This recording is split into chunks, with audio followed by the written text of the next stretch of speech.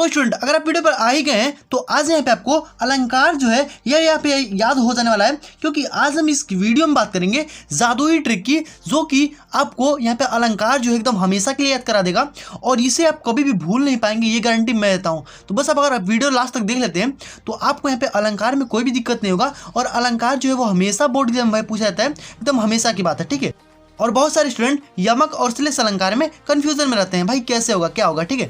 तो आज यहाँ पे सब आपको क्लियर हो जाएगा, एकदम जादुई ट्रिक से एकदम याद करेंगे और इसे आप कभी भी भूल नहीं पाएंगे, ये गारंटी मैं देता हूँ।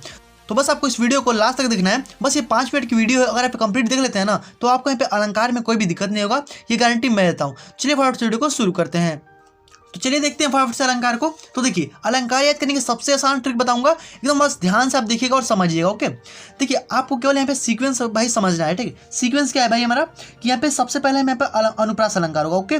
उसके बाद से नेक्स्ट हमारा होगा यमक अलंकार, उसके बाद से नेक्स्ट होगा हमारे यहाँ पे श्लेष अलंकार, ठीक है। तो ये आपको जो सीक्वेंस है इसका ना, ये आपको याद होना चाहिए, ओके। तो देखिए आपको बस इसमें सीक्वेंस को नहीं बोलना है, ठीक है, सीक्वेंस आपको याद होना चाहिए। कैसे भाई, तो सबसे पहले अनुप्रास अलंकार है, फिर हमारा यमक अलंकार है, उसके बाद श्लेष अलंकार है, ओके। ये आपको 3 जो कि याद रखना है, तो ही आप इसे जो अच्छे तरीके से कभी भूल नहीं पाएंगे, ठीक है। चलिए देखते हैं। तो देखिए सबसे पहले यहाँ पे बात की जाए अनुप्रास अलंकार की, तो अनुप्रास अलंकार में आपको यहाँ पे वर्ड याद करना है, ठीक है। अनुप्रास अलंकार में क्या आता है, हमारा वर्ड आता है, ओके, ठीक है, इतना क्लियर। अब देखिए यमक अलंकार में क्या होता है, शब्द आता है और इसमें भी आपका शब्द आता है, ठीक है। तो बस देखिए आप ध्यान से देखिएगा और समझिएगा, जैसे मैं आपको बता रहा हूँ ना, बस आप ध्यान से तुम देखते चलिए, ओके। तो बस आपको यही याद करना है। तो भाई इतना याद हो गया ना, क्या है भाई हमारा अनुप्रास अलंकार में वर्ड हो जाएगा, उसके बाद से यमक अलंकार में क्या हो जाएगा, शब्द हो जाएगा, श्लेष अलंकार में हमारा शब्द हो जाएगा, ओके। तो बस आपको एक में हमारा वर्ड है और 2 में हमारा क्या है, शब्द है, ओके। ये क्लियर है आपको एकदम, इतना आपको एकदम क्लियर कर लेना है, ओके। तो देखिए अब भाई आपको सीक्वेंस याद है, आप सीक्वेंस के हिसाब से आप जब 2-3 बार बोलेंगे आपको याद हो जाएगा, इसमें वर्ड होगा, इसमें शब्द होगा, इसमें शब्द होगा, ठीक है। चलिए नेक्स्ट देखते हैं। तो नेक्स्ट आपका यहाँ पे अगर यहाँ पे अनुप्रास अलंकार की बात की जाए तो इसमें जो वर्ड होता है, ठीक है, इसकी आवृत्ति जो होगी वो क्या होगी, बार बार होगी, क्या होगी, बार बार होगी, ओके, क्लियर इतना। अब उसके बाद से देखिए यमक अलंकार की बात करें तो यमक अलंकार में जो शब्द होता है, जो शब्द है वो हमारे क्या होगा कि एक बार, ठीक है, एक बार या फिर एक से अधिक बार आएगा, ठीक है। तो क्या हो जाएगा हमारा यहाँ पे यमक अलंकार, ठीक है, क्या हो जाएगा, यमक अलंकार। अगर हमारा कोई भी शब्द है वो हमारा एक बार आए या फिर एक से अधिक बार आए, ओके, तो हमारा क्या हो जाएगा, यमक अलंकार हो जाएगा।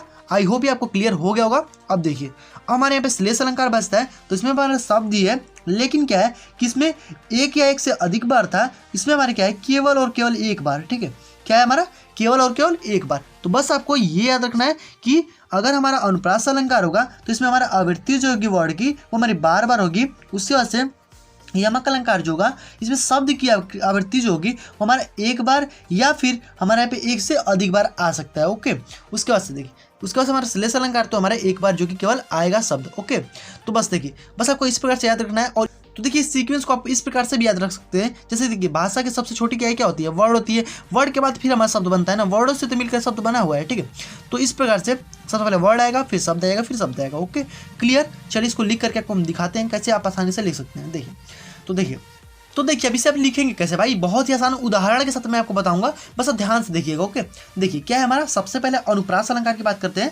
अनुप्रास अलंकार में क्या है हमारा कि जहां एक वर्ड की आवृत्ति जो है वो बार बार हो, ओके, क्लियर इतना, जो कि मैंने यहाँ पे लिखा ही था, ठीक है, एक वर्ड की आवृत्ति क्या हो, बार बार हो, ओके। देखिए तो हमारे क्या हो जाएगा, उदाहरण देखिए बहुत ईजी उदाहरण है, क्या है भाई, तरनी, तनुजा, तट, तमाल, तरुअर, बौछार।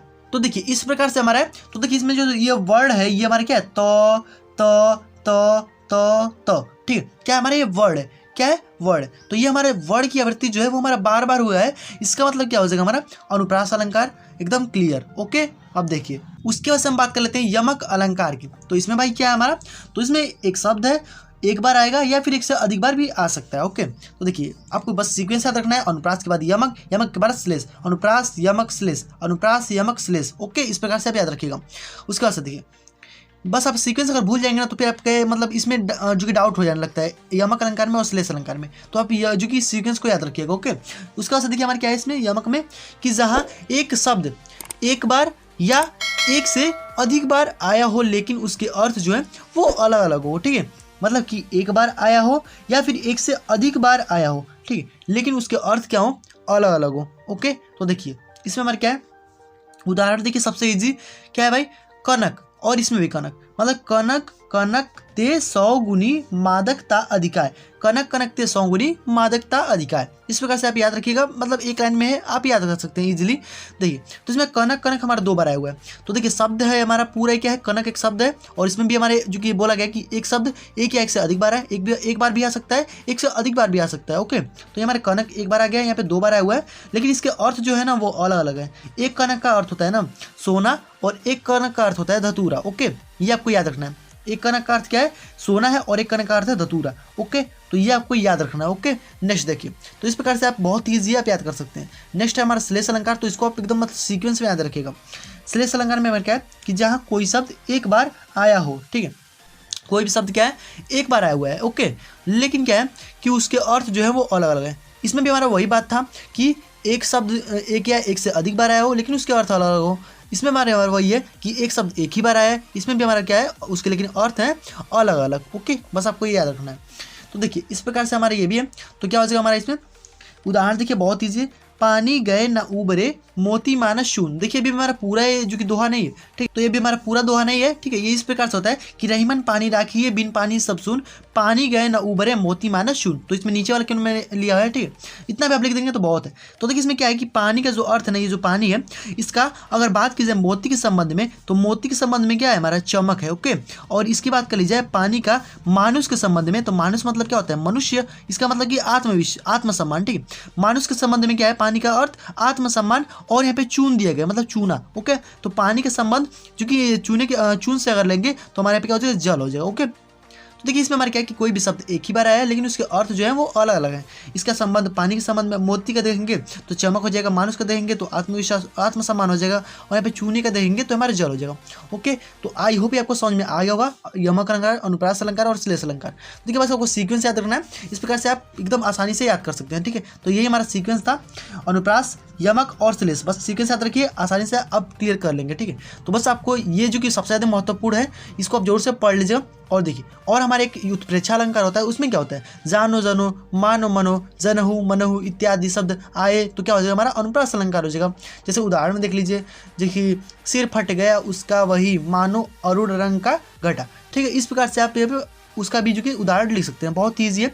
तो आई होप आपको समझ में आ गया होगा। अगर आपको वीडियो थोड़ा सा पसंद है वीडियो को लाइक कर दीजिएगा, चैनल पर करना है सब्सक्राइब जरूर कर लीजिएगा, और नोटिफिकेशन में लगाना उसको ऑल पे जरूर प्रेस कर दीजिएगा, क्योंकि जब हम इसी प्रकार के और जो कि ट्रिक्स के वीडियोस को अपलोड करेंगे ना तो नोटिफिकेशन आपको सबसे पहले पहुंच जाए। फ्रेंड्स मिलते हैं नेक्स्ट वीडियो में, तब तक के लिए गुड बाय, वंदे मातरम।